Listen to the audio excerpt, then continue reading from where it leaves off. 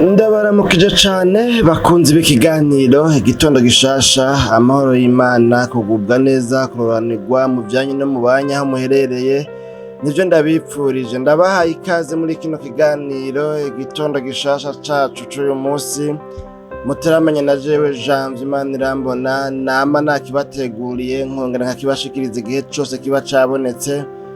Mboneweho no kuha akaze bashasha tutamaranye imisi kumbure muri runo rukurikirane rwa vya biganiro vyiza twatangura, aho tumaze kubonera hamwe ibiganiro 4 ku biganiro 8 murumva turabigenze. Dufise ibiganiro 8 bivuga ku bahigwe mu bwami bwo mw'ijuru, uko bameze nk'uko Yesu Kristo yabivuze. Twarabonye mu biganiro vyarenganye yuko izi ari intambwe 8 zituganisha, zidutumbereza, zitujana neza na neza zikadushikana ku kuba umuhirwe mu bwami bwo mw'ijuru akwije vyangombwa. Mu kiganiro c'ejo harenganye rero twaboneye hamwe ikiganiro ca 4, aho ico kiganiro ca 4 cavuga ku ntambwe ivuga ngo abafise inzara n'inyota vyo kugororoka bazohazwa. Imana yacu nidutabare. Rero twarabonye ibitari bike uhereye mu kiganiro ca mbere, ntitwobigaruka ko vyose vyohava bidutwara umwanya kandi twaramaze kubivuga, ahubwo abatabikurikiranye bogerageza bakarondera umwanya bakaraba uhereye mu gice ca mbere, igice ca kabiri, igice ca gatatu n'igice ca 4, kugira ngo mubone rero izi nyigisho zose ingene zigenda zigirane, zizuzuzanya, zikompletana. Imana yacu nidutabare. Ikindi kintu nobibutsa nuko ibi biganiro 4 vya mbere twabonye ni ibiganiro muri zino ntambwe 8 zitumbereye kutubwira abahigwe mu bwami bwo mw'ijuru ukuntu bameze, kugira ngo umuntu abe umuhigwe akwije ibisabwa, yujuje les conditions zisaba kugira ngo abe umuhigwe mu bwami bwo mw'ijuru. Ibi biganiro 4, izi ntambwe 4 za mbere twakoze ku ibiganiro 4 ahanini zishimikira ku guhinduka k'umuntu, ingene umuntu agenda arahinduka muri dimension novuga ngo yo guhingurwa, yo gukizwa, yo guhinduka. Imana yacu nidutabara. Ubwa mbere twabonye ngo hahigwa aboro mu mitima, aho naho twaravuganye neza yuko ubwo bworo bwo mu mutima ari kwa kuntu umuntu bisaba ko yemera, arokonesa, amenya yuko hariho ico ahajije, hariho ico akenye catumye Imana iba kure yiwe, akamenya ko ahajije Imana, akenye Imana. Twaravuze amajambo menshi kandi meza aryoshe, muze muyarabe. Mu kiganiro ca kabiri naho twabonye ingene hahigwa abatuntuye, ingene umuntu bisaba ko atuntuzwa n'ivyaha vyiwe, agatuntuzwa n'ubwo bworo, ubwo bukene afise bwo mu mutima, busobanurwa yuko akenya Imana, akenya ivy'ubwami bw'Imana, ari kure y'Imana, atari mu masezerano y'Imana, ko bisaba yuko bimubabaza bikamutuntuza. Kandi kuri ino etape, kuri ino stade, kuri runo rwego, kuri iyi ntambwe twabonye ko hariho umuntu yihana, ko hariho umuntu yatura ivyaha vyiwe, ko hariho umuntu novuga ngo bitagarukira mu kubabazwa gusa n'ubworo bwiwe, ariko ngo atuntura, ni ukuvuga akababara bimwe vy'indani mu mutima. Kandi uko gutuntura yuko kuba kuvanze no kwihana. Hanyuma ngo Imana igaca rero ivuga yuko ngo abatuntuye aribo bazokwirurwa. Imana yacu nidutabare yuko iruhande ya kwa gutuntura, ya kwa kubabazwa n'ivyaha umuntu yakoze, haca haza inyishu ivuga ngo ni ukwirurwa k'umutima wari ugize, wari umaze igihe ubohewe mu bukene bwo mu mutima, ubohewe kure y'Imana. Imana yacu nidutabare. Kandi twabonye ko aha nyene uku kwirurwa bisobanurwa ngo ni deliverance. Umuntu arabohoka agakugwa ko ingoyi z'ivyaha, guturwa umutwaro yari amaze igihe kitari gito azegembana agendana w'ivyaha. Imana yacu nidutabare. Hanyuma rero mu kiganiro kigira gatatu naho twabonye ngo hahigwa abatekereza n'ibindi kuko aribo bazoragwa isi mu yandi majambo kumbure. Rero twabonye naho nyene ngaha yuko iyi ntambwe yo gutekereza rero ngo umuntu haba hageze igihe ya majwi yamucira urubanza aceceka kuko aba yahariwe ibyaha. Uyu muntu acaba umupole, acaba umuntu atuje atekanye, umunyamahoro, w'umugwaneza. Kandi kuri no etape twabonye ngo abantu bose bari bamuzi akiri mu byaha baragera igihe bakamushingira nawe bakavuga ngo ni koko naka yarigeze kuba agendera muri ibi n'ibi, ariko ubu ntakiri wa wundi, yarahindutse, yarakijijwe. Twabonye yuko kuri no ntambwe umuntu ntaba agifise intahe we ubwiwe yishingira nziza gusa, ahubwo ntibiba binakenewe ko yishingira intahe yiyeza mu bantu, kuko abantu bwabo baba babimubona ko aba ari ikete, ibaruwa canke icete mu mvugo y'igiporoti, icete gisomeka. Imana yacu nidutabare. Ejo nawe arenganye, ejo hahise mu kiganiro kigira kane naho twabonye ngo hahigwa abafise inzara n'inyota vyo kugororoka. Imana yacu nidutabare. Uyu muntu amaze kurengana za ntambwe zose duhejeje kubibutsa mu ncamake, ngo aca asigara ngo ahahamiye ivyo mw'ijuru, afite inzara n'inyota ivyo mw'ijuru, ukugororoka n'ukwezwa, ubwami bw'Imana. Abageze igihe ashobora guheba ivyiwe kubwo kurondera ubwami bw'Imana, abageze igihe ashobora kuriha amatike akagenda mu bikorane mu ntara za kure, mu bihugu vya kure.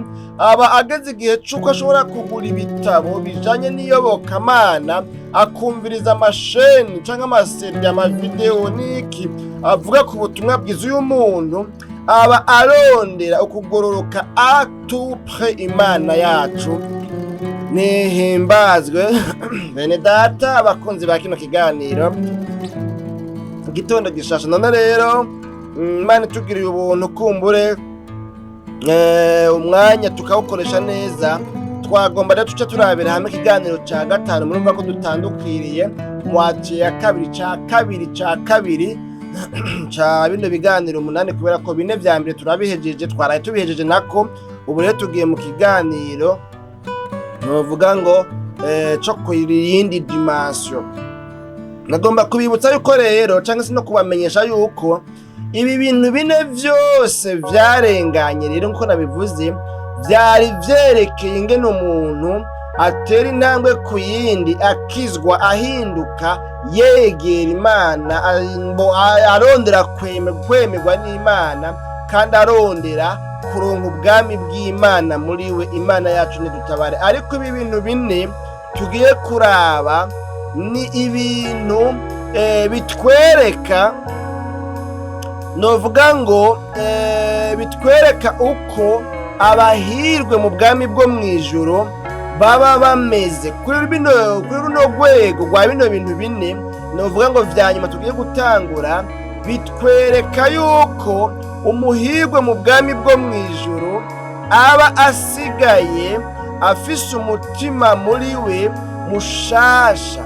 Uyu muntu ariko aratera asatira izi ntambwe zose azica ko zimugira umuhirwe mu bwami bw'Imana. Ibi bintu 4 tugiye kuzobona yuko bitwereka yuko uyu muntu aba asigaye afise, novuga ngo umutima mushasha. Uyu muntu kandi aba asigaye ari mu kindi kirere, novuga ngo c'imwemu. Uyu muntu aba asigaye ashobora gusa n'Imana canke gukora nk'Imana, agakora ibintu bigaragara yuko biri mu kameremere k'Imana, biri mu mutima w'Imana. Abasigaye novuga ngo ashobora gukora ibintu nk'akamana gatoya, ibintu umuntu agaragara, umuntu w'inyama n'amaraso, umuntu akiganzwa n'akameremere naturere y'umuntu. Iyi nature novuga ngo pécheresse canke nature humaine, uyu muntu aba ageze ku rwego rw'uko akora ibintu, ashira mu ngiro ibintu umuntu asanzwe aba adashobora gukora. Uyu muntu aba asigaye afise novuga ngo akandi kameremere surnaturel, aba afise akameremere k'Imana muri we. Imana yacu nidutabare. Kubera iki? Aha hantu kuri runo rwego Imana ibisigaye iri muri we, abari mu Mana, Imana nayo iba isigaye iri muri we. Imana yacu ni dutabare. Bakunzi ba kino kiganiro igitondo gishasha, mu nyemerere rero dusome amajambo twifashisha uno munsi, aho tuyasanga ku murongo wa 5 ku murongo w'indwi, havuga ngo ni mu gitabo cyangwa se mu butumwa bwiza bwa Yesu Kristo ko bwanditswe na Matayo, niko twagiye dusoma mu gice ca 5. Ubu rero dusoma umurongo w'indwi, havuga ngo hahirwa abagira imbabazi kuko aribo bazozigirirwa. Imana yacu nihimbazwe. Cyasubiremo murumva ko yoroshe. Hahirwa abagira imbabazi kuko aribo bazozigirirwa. Imana yacu nihimbazwe. Turaca rero muri izi nyigisho Yesu twabonye kuva mu ntango ko yari karavuga mu ntango ya ministere yiwe, mu ntango y'igikorwa ciwe cyo gucungura abantu, ko mu nyigisho ziwe yashimikiyeho kandi yahereye ko yerekana doctrine yiwe, kuko muri ivyo bihe uko vyari bimeze, bya bintu by'amafilozofi n'ibindi, umumetro yategerezwa kugira kwerekana unovuga ngo ubwo busesanguzi bwiwe, ubwo buhanga bwiwe, izo nyigisho ziwe, iyo doctrine yiwe, iyo enseignement yiwe, hanyuma abo aparvenye gukonvenka bagaheza bakamukurikira, bakamubera umudisiple, kuko bamaze kunyugwa n'inyigisho abigishije. Rero Yesu yari karavuga abahirwe mu bwami bwo mw'ijuru abaribo, kandi turavye dusanga ibintu yavuze ni ibintu bigoye ko umwana w'umuntu yobinezerererwa canke yobaho abifise, gutunura, gutekereza ibyawe bakabitwara, bagwa kubitwa ikofu gatega uwundi musabe bagakubita kw'irindi, gutunura, kubabazwa. Ivyo bintu ntivyotuma umuntu aba umuhirwe. Kumure kugira ubworo bwo mu mutima ntivyotuma umuntu novuga ngo agirane aba umuhirwe. Muravyumva namwe, gukubitwa n'inzara n'inyota, naho yagobetsemo akavuga ngo ivyo kugororoka, tuzi ko inzara ibabaza. Murumva yuko nyine umuntu atohava agirane, atohava aza ngaho ngo yijya akarangwa ibintu ngo ni sawa ngo nta ngorane. Murumva yuko bitari ibintu biranga abahirwa, ariko mu bwami bwo mw'ijuru ibi bintu birahambaye, ibi bintu birakomeye cane. Imana yacu nidutabare. Rero twabonye ngaho mu majambo twasomye ngo hahirwa abagira imbabazi kuko aribo bazozigirirwa. Imana yacu nidutabare. Umutima w'umuntu rero, umuntu asanzwe, umuntu buntu, uko umuntu aremwe, uko umuntu ameze, umutima w'umuntu asanzwe mu by'ukuri biragoye yuko uyu mutima utanga imbabazi nyakuri, kuko ntabyo umuntu ashoboye.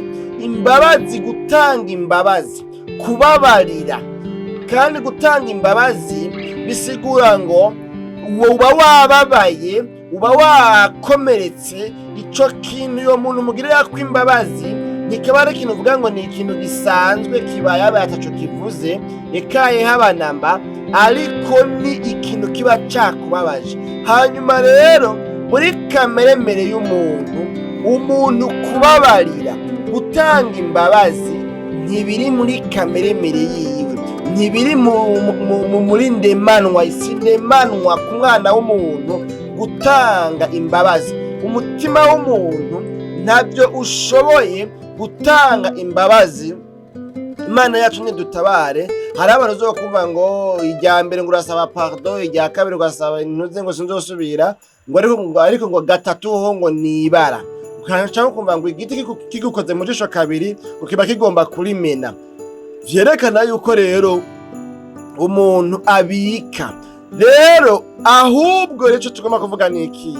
Tugomba kuvuga yuko ahubwo umutima w'umuntu utanga imbabazi ku munwa gusa, ugusasa ko akarimi gusa, canke naho ugatanga imbabazi ukavuga ngo ndakubabariye, kubera yuko atayandi mahirwe, atayandi mahitamwo. Umuntu akaraba umusavye imbabazi, akarababona nta kundi ari bukugire. Dufate nk'akarorero nk'umugabo mu rugo yakoshereje umugore yababaye cane, yababaye.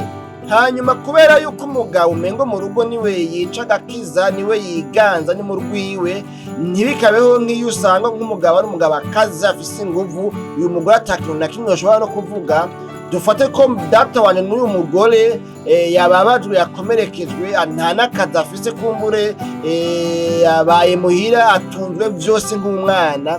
Urumva yuko umengo nyene umugabo wiwe ahubwo si ibintu bisanzwe. Muri ico gihe rero dufate ko umugabo yamubabaje bimwe vya sawasawa kandi n'ibigirankana, hanyuma agaca asaba imbabazi. Birashoboka yuko uyu muntu yasabwe imbabazi, uyu mugore canke uyu mwana aba oblige kuvuga ngo ndakubabariye, atari kubera ko mu vy'ukuri atanze imbabazi, ahubwo ari kubera yuko atayandi mahitamwo.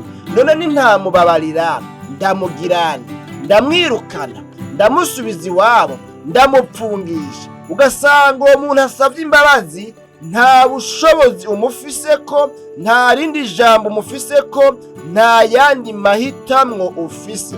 Muri ico gihe rero umuntu ashobora kuvuga ngo ndakubabariye, ariko vy'ukuri atakubabariye, ahubwo ugasanga arabitse. Muri ico gihe rero usanga amafuti yatangiwe imbabazi, ya makosa abantu basabiye ko imbabazi, bagasaba imbabazi umuntu mugenzi we, usanga ayo makosa atakuweho, kuko imbabazi muri make zategerezwa gukuraho amakosa umuntu yakoze.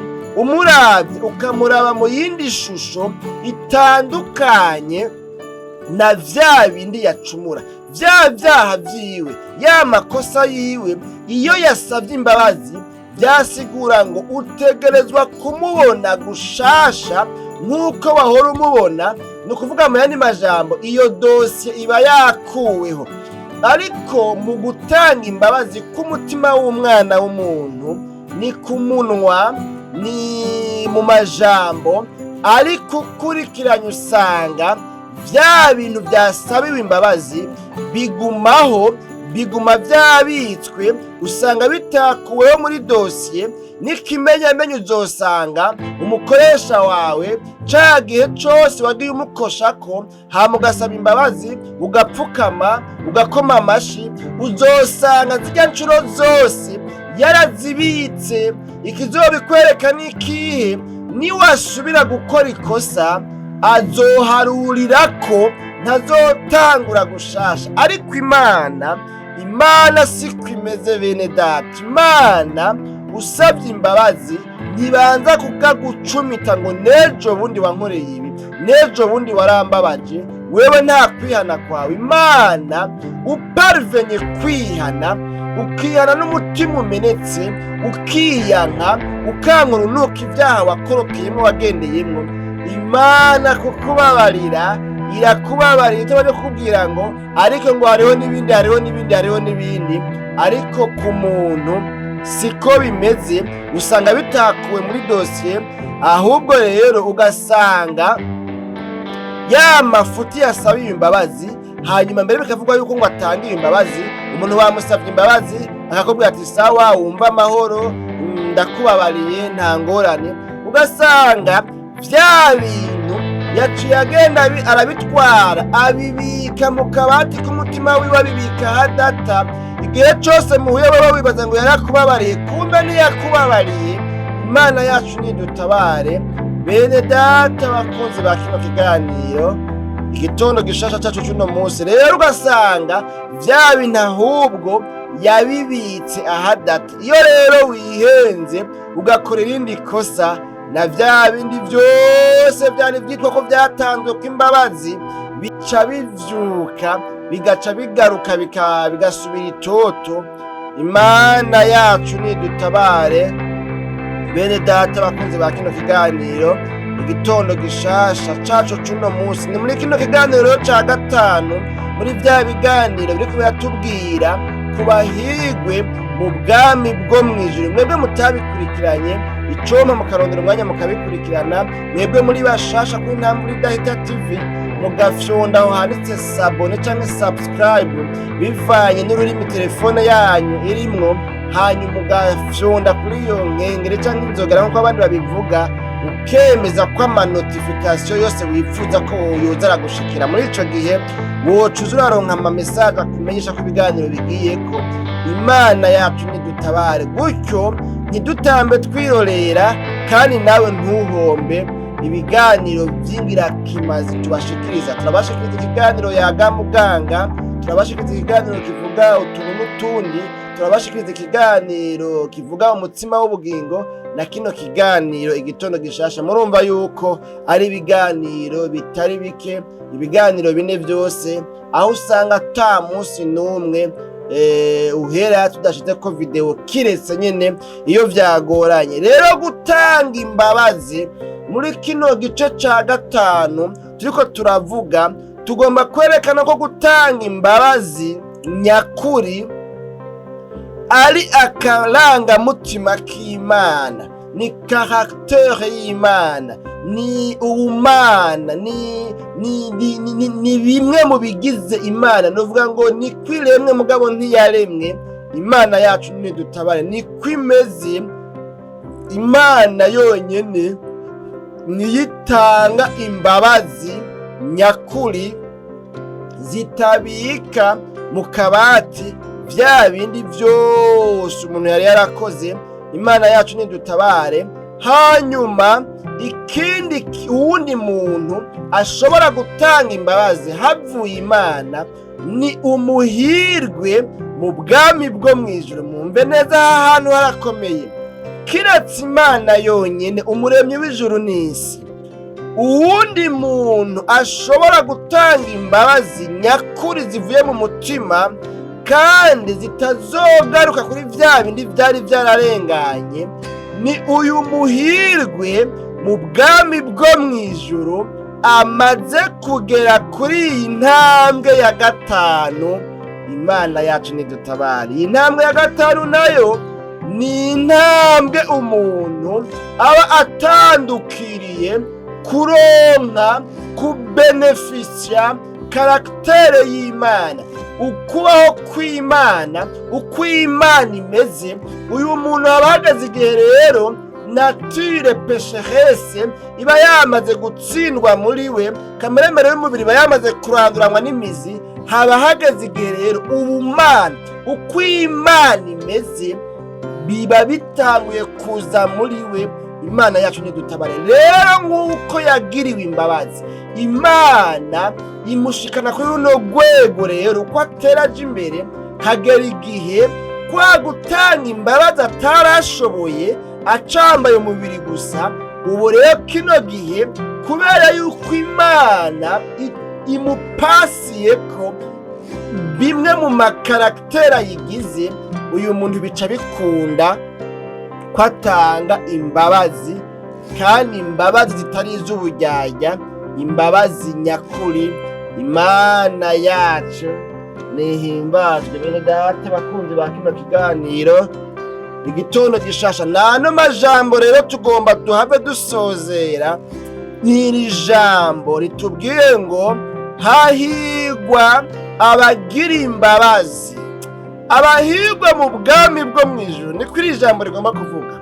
abahirwe mu bwami bwo mu ijuru ntibaraba abahirwe igihe cyose badatanga imbabazi, kuko nk'uko Imana yabo itanga imbabazi niko nabo abahirwe mu bwami bwo mu ijuru bafise iyo caracteristique, bafise ico kiranga umuntu, bafise iyo ndangamuntu, niko n'abantu b'abahirwe mu bwami bwo mu ijuru bafise iyo caractère, bafise ako karangamutima, bafise ako karanga, bafise iyo ntimatima yo gutanga imbabazi. Iyo nayo iva mu mutima w'Imana, kandi ntibikunda yuko iyi caractère yo gutanga imbabazi nyakuri iza mu mutima w'umuntu atararengana za ntambwe zose twabonye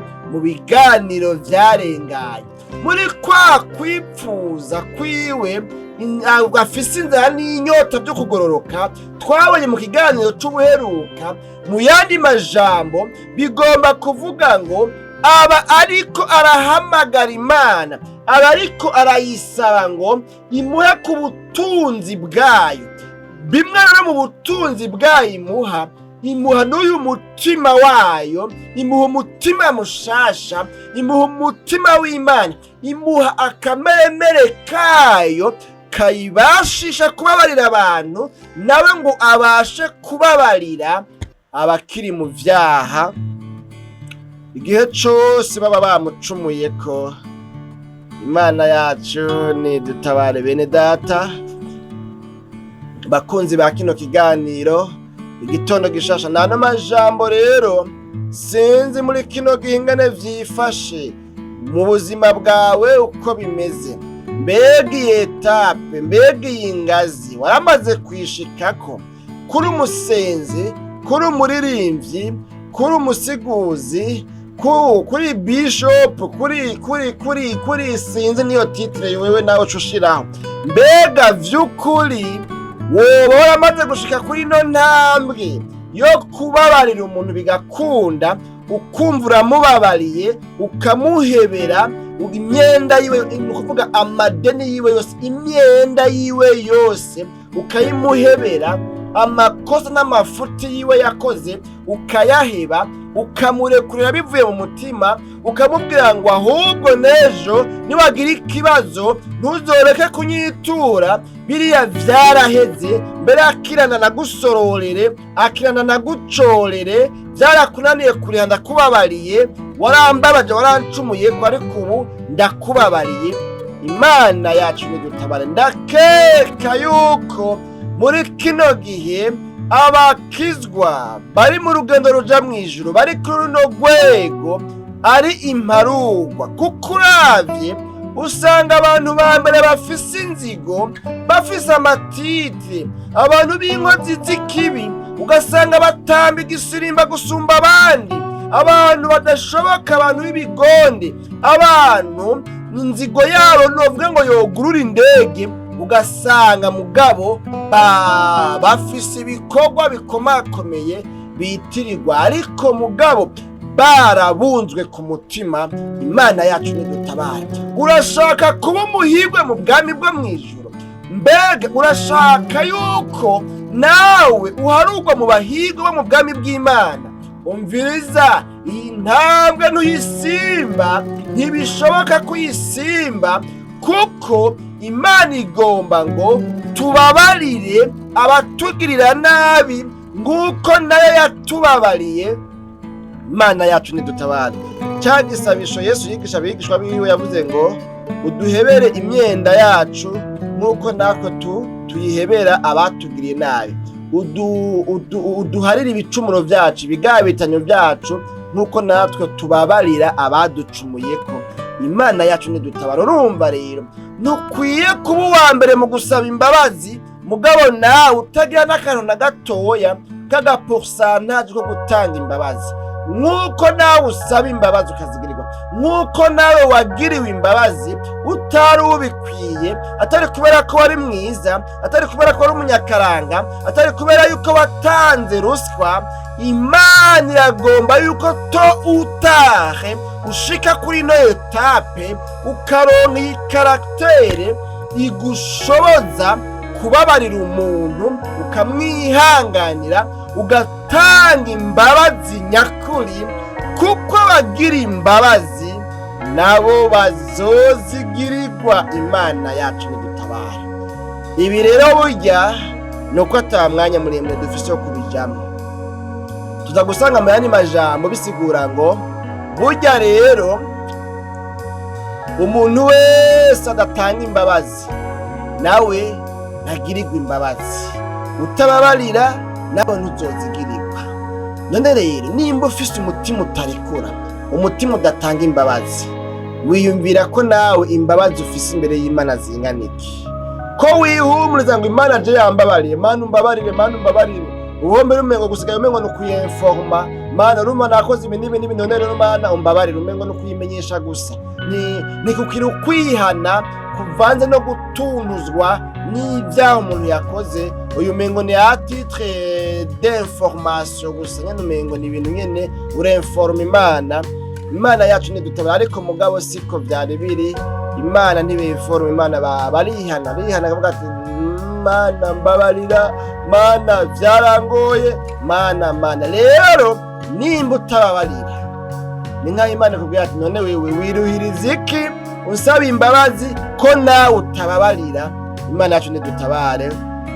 Bene data bakunzi ba kino kiganiro, igitondo gishasha cacu cy'uno musi, rero tumeze nk'abasozera muri kino kiganiro ca gatanu, muri bya biganiro 8 bitubwira abahirwe mu bwami bwo mw'ijuru uko bameze, ibibaranga, ibyo basabwa kugira ngo babe bahirwe, bakwije vyangombwa mu bwami bwo mw'ijuru.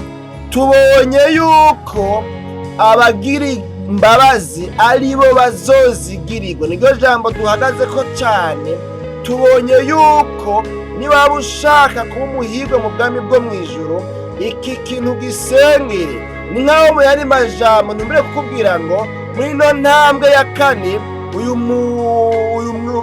muntu w'umuhirwe, ni nkaho muri no ntambwe ya kane aba ariko arasenga ngo Imana yemplante, Imana itere umutima wo gutanga imbabazi, wo kubabarira muri we, ikure y'umutima utababarira imugurize ishire y'umutima ubabarira.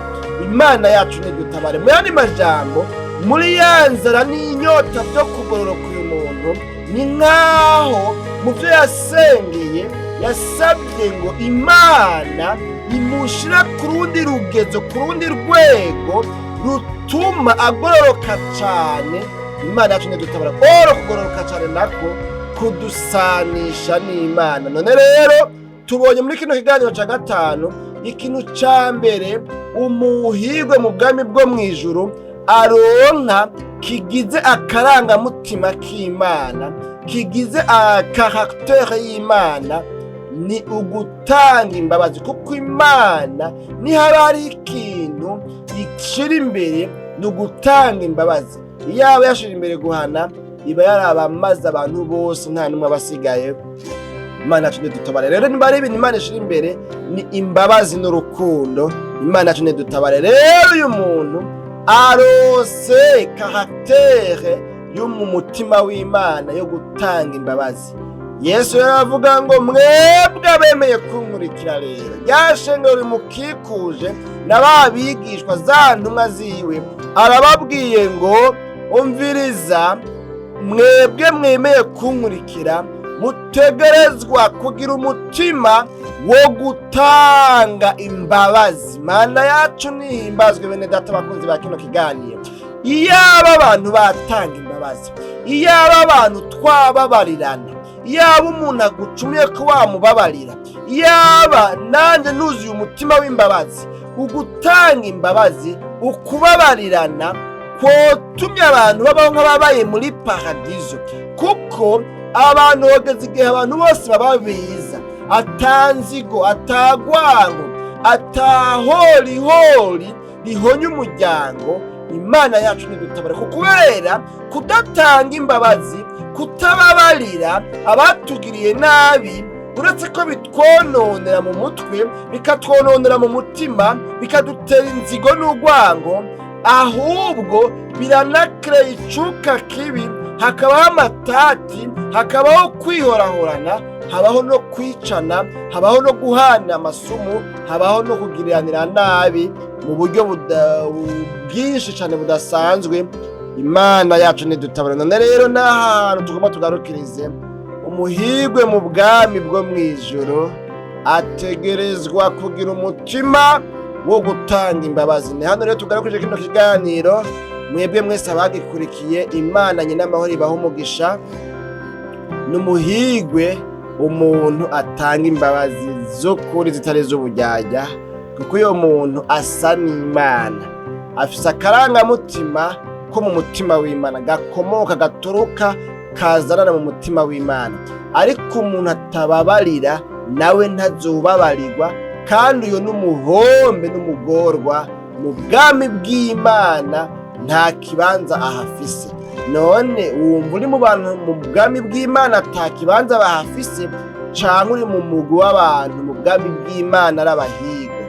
None rero twagomba dusenga Imana. Niwaba wumva uri umutsindwa kuri ino jambo, ubwira Imana ati jewe Mana nukuri ndinanata ngo ntanga imbabazi, ariko bikanka jewe gutanga imbabazi byarananiye. Ntabara rero umbage, unkure muri umutima mubi, ushire mu mutima utanga imbabazi. Birakunda kandi birashoboka, Imana irabigushoboza. Mwami Yesu nyaguhora ku ngoma, tugushimiye cyane ku bw'ano majambo dushoboje kuganira na bano bantu bakurikiranye kino kiganiro.